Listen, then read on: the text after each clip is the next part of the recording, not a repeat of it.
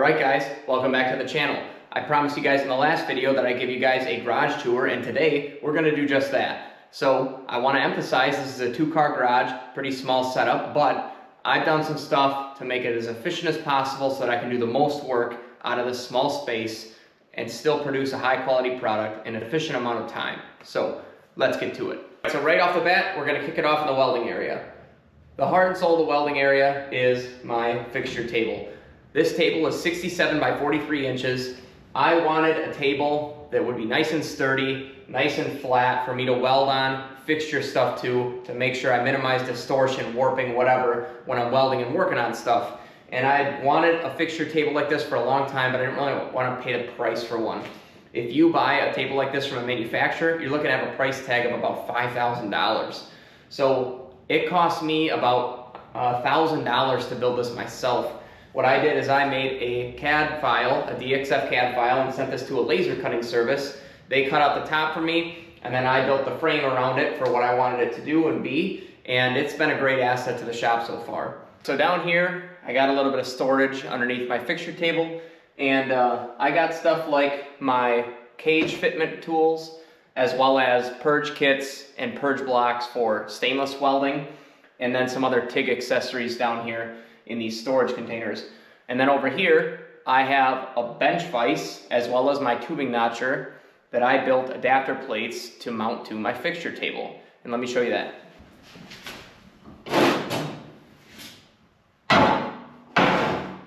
For tools like my bench vise, I don't use this all the time, and I don't really want it sitting in the way all the time. So that's why I wanted to make it modular to where I could store it here if I need to, or underneath the table. So I just drilled these holes out to be the same layout as the 3x3 pattern of my table, and then all I have to do is bolt it down with a couple of bolts quick, and it's done. It's secured, I'm ready to work, and then when it's not in use anymore, I can just store it right underneath the table.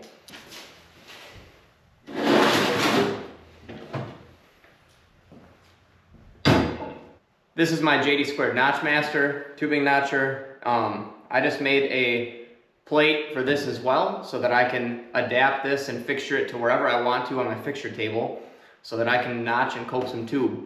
And then when it's not in use, it gets stored under the table out of the way so I have more workspace.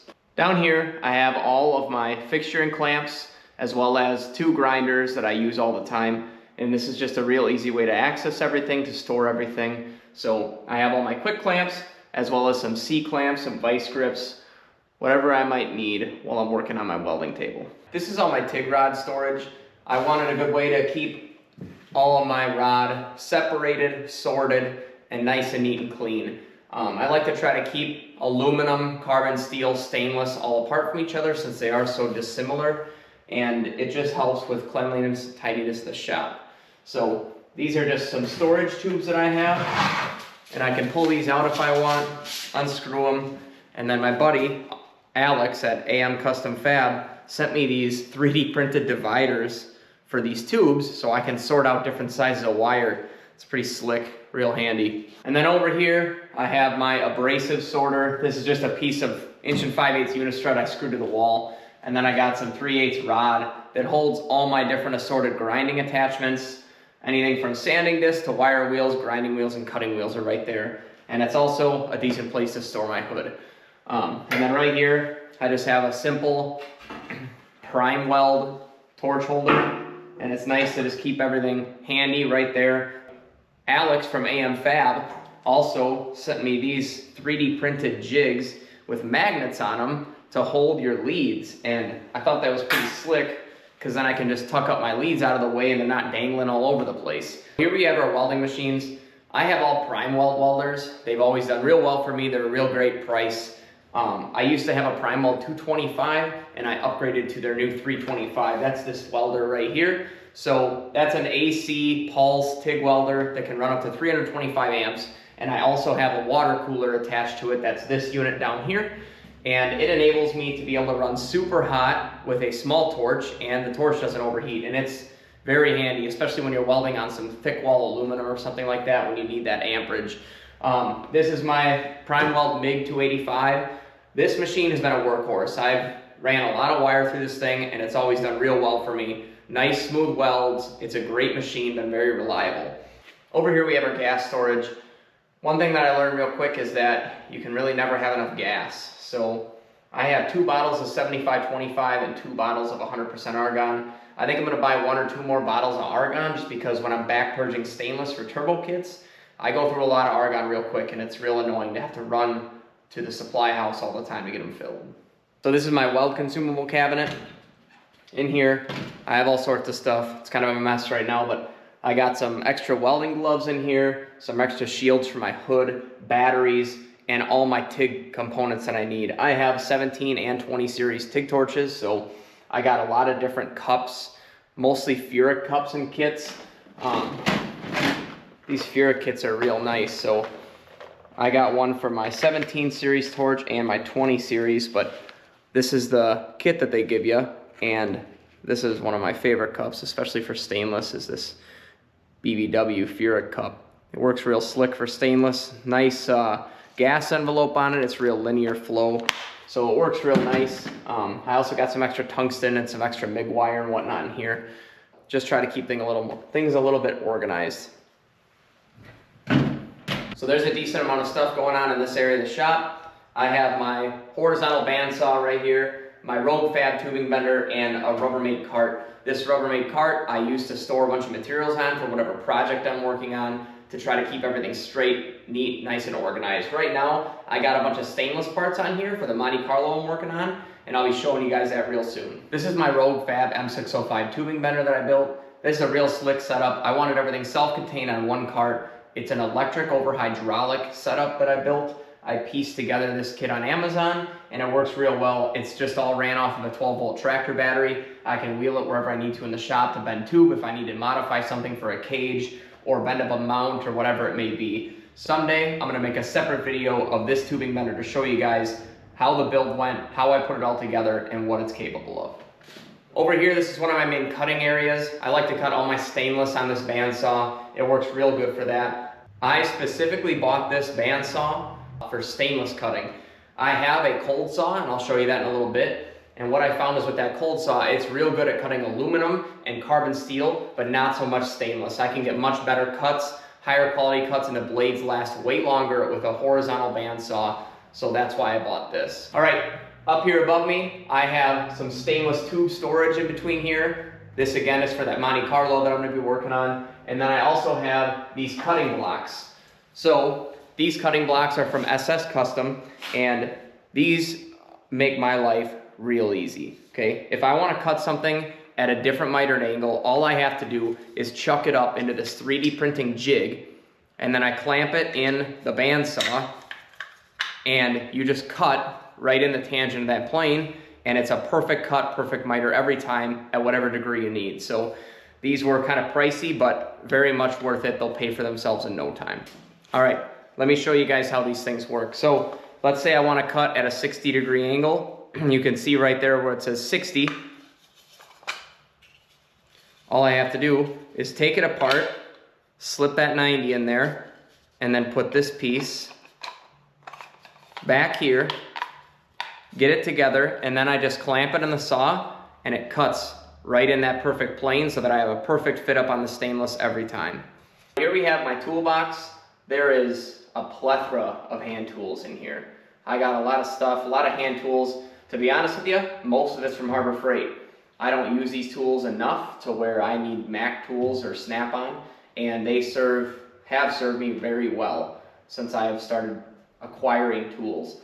So in here, I just got my common use stuff up here, my T-handle wrenches, some punches, a torch, battery chargers, and whatever else. All right, I'll just show you guys real quick what's in here. So in here is all my sockets and ratchets and whatnot. This is all my wrenches. And here's all my screwdrivers, picks, punches. I got miscellaneous drilling, fastening, and measuring stuff in here. And then this is my random specialty tool drawer. And in here, I got some Milwaukee tools as well as more specialty tools. I got my metal cutting Milwaukee Skillsaw. That thing's pretty slick. Some home improvement tools. And then in here is a bunch of random pliers. You can never have enough pliers. Hammer drawer. And then in here is some more Milwaukee tools. I got like my M12 stubby impact. That thing's pretty slick. M18 die grinder. M12 ratchet. My Milwaukee Fuel 1/2-inch high torque impact. So then in my toolbox, you can never have enough light. This light up here is in here so that I can have a little extra clarity and vision when I'm trying to work on something in here. I also have my battery tender, laser, magnets. These are degree gauges, levels, and then miscellaneous fluids like brake clean, PV blaster, my torch, whatever else I might need. So up here I got a few more tools. I got my squares. This is a welding positioner that I built. It's a kit, and then I put a stepper motor on it, and I can control it. It's variable speed. So if I'm ever welding a V-band or something like that, and I want to be able to rotate it, it also runs off of a foot pedal, so I can try to get as perfect and consistent of welds as I possibly can on V-bands or something like that. I got my tire inflator, my M18 vacuum, a leaf blower, and then just a chop saw for home improvement stuff. And then over here in the corner, you can see this was one of the greatest investments I ever did. I live in the Midwest, and it gets very cold here sometimes, and it's very discouraging when you want to go work on something in the garage and you can't because it's a little chilly. So I put this guy in, this heater, and ever since then it's been amazing. If you don't have a heater in your garage and you live in the Midwest, you probably should, because it's worth it. All right, so here I have my Evolution cold saw. This is a dual mitering cold saw. I think this is the highest end cold saw that Evolution makes. It runs a 14-inch blade, and I normally run these Diablo Steel Demons. They work real well. And like I said before, what I found is they do not cut stainless all that well. These blades are expensive. They're about 80 bucks a piece. And you maybe get 3 or 4 good cuts out of a piece of stainless tube before it's junk. So that's why I bought that horizontal bandsaw I showed you earlier, but this works real slick for cutting carbon steel or aluminum. It's been a great workhorse in the shop, and I really like Evolution products. This is my Harbor Freight 20-ton shop press. I bought this a few months ago, and the reason I bought it is for one specific tool. I am gonna buy a Swag Off-Road finger press brake for this, and I got a lot of people that want certain things built, like custom intercoolers, custom radiators, custom shifting brackets, and it'll be real nice to be able to bend and break metal and be able to create boxes, pans for fuel cells or whatever might come in the future. So I'll be ordering that real soon, and then when it gets here I'll be doing a video on that as well. Over here we have my tool table. On here I wanted to build a nice sturdy table to hold whatever power tools I needed in the future. And so I built this. This is my Wen variable speed drill press. This is my Wen 4-inch by 6-inch belt sander. And then this is my Swag Off-Road portaband table with an M18 cordless deep cut Milwaukee bandsaw. And this is real handy for cutting small intricate parts. This thing is very nice. It's got a variable speed throttle cable on here. And then over here, I have my Wen variable speed bench grinder. And what I did with this is I modified it a little bit so that this is my tube polisher. Whenever I'm doing turbo kits or whatever else, I like the tube to have a nice satin finish on it. It makes it look real clean, real nice. And then it's nice in a uniform finish instead of a polished finish. With polished finishes, what I found is that any small scratch or imperfection really shows up. But when the whole thing is a nice brushed finish, it looks all nice and uniform no matter what happens to that tube. And then I swapped the normal wheel out for a diamond wheel. This is a 320 grit diamond wheel. I think it was like $100 on Amazon, and that's what I sharpen all my tungsten on when I'm TIG welding. I just use that in a drill, and that works real slick. It's nice, perfect tips every time, and yeah, I'm very happy with them. And then up here you'll see that I have all sorts of steel storage. I just built these brackets that I screwed up, and these are what hold all of my steel up and out of the way. I need to find a better way to sort out the smaller pieces. Right now I just got them shoved over on the footing of the garage. For right now, it's been working real well. So this is kind of like a junk drawer in my garage. This is just a 4-tier shelving unit that I picked up at Menards. and pretty much everything and anything is on this thing. I need to find a better way to organize this. This is kind of where everything gets thrown when it doesn't have a very good home.